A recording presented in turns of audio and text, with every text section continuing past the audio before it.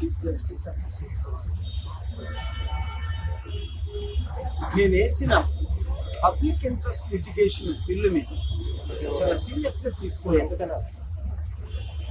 ఇప్పుడు 10 మంది ఎమ్మెల్యేలు బీఆర్ఎస్ తరఫున పోటీ చేసి కాంగ్రెస్లో చేరడం 10th షెడ్యూల్ ప్రకారం, చట్ట ప్రకారం అది విరుద్ధం, అవినీతి, వెంటనే వారిని డిస్క్వాలిఫై చేయాలి అన్న దాని మీద వాదనలు విని, ఒకటి, తెలంగాణ కాంగ్రెస్ పార్టీకి గవర్నమెంట్కి ఎందుకు వీళ్ళు చేర్చుకున్నారు, 2, ఎలక్షన్ కమిషన్ ఎందుకు యాక్షన్ తీసుకోలేదు, 3, అసెంబ్లీ స్పీకర్ ఎందుకు యాక్షన్ తీసుకోలేదు, 4, ఈ 10 మంది ఎమ్మెల్యేలు ఏ కారణాన్ని బీఆర్ఎస్ తరఫున పోటీ చేసి కాంగ్రెస్ పార్టీలో చేరారు.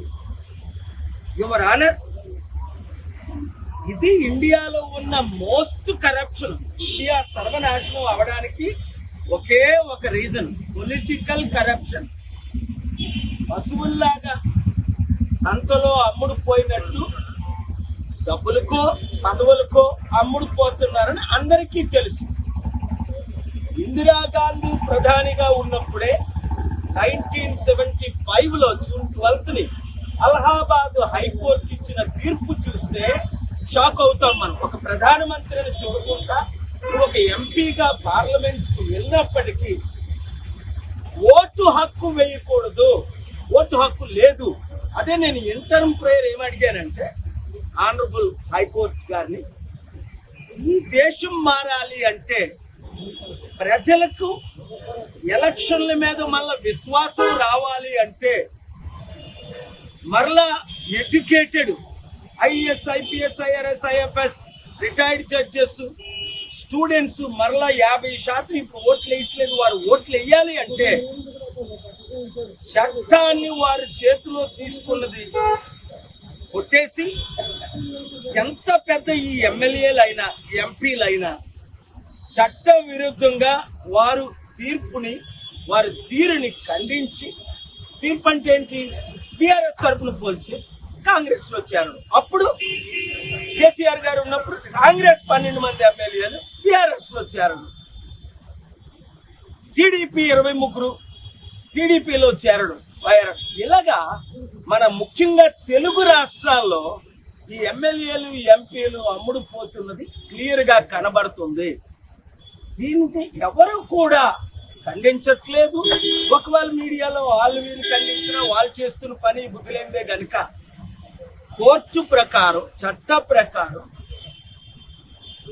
వారికి నోటీసులు పంపించి 4 వారాల్లో మీ 10 మంది ఎమ్మెల్యేలు ఎందుకు జాయిన్ అయ్యారు బీఆర్ఎస్ నుంచి కాంగ్రెస్ లోకి, స్పీకర్ ఎందుకు వారిని డిస్క్వాలిఫై చేయలేదు, ఎలక్షన్ కమిషన్ ఇలాంటివి తెలిసి చూసి చూడనట్టు ఎందుకు ఉంటుంది, దేశం రక్షించబడాలి అంటే చైనా, అమెరికా ఈ రోజు నెంబర్ 1, నెంబర్ 2 అవడానికి కారణం ఏంటంటే మన దేశంలో ఉన్న తెలివైన వారు, చైనా కంటే అమెరికా కంటే తెలివైన వారు.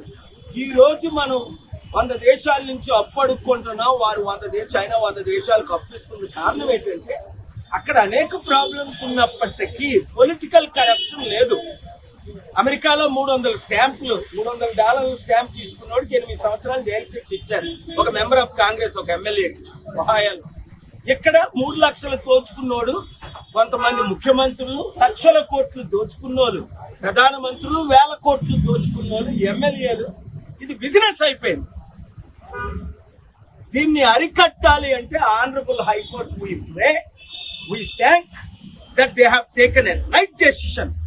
Since 1975 June 12th, in 4 weeks, doesn't matter who the MLAs are, MPs are, leaders are, all have to be accountable to the honorable court to save democracy, to save constitution, to save and restore waters their public confidence. Thank you, Mr. Radha. God bless you. Thank you.